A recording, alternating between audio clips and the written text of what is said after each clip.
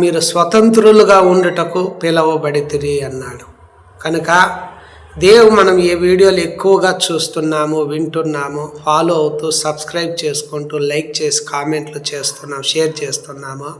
అందులో నిష్ప్రయోజనమైన వ్యర్థమైన మనం ఎక్కువగా చూడడం ద్వారా స్వేచ్ఛారాధన, వినయ విషయంలో మన దేహాన్ని మనం శిక్షించుకుంటున్నాం.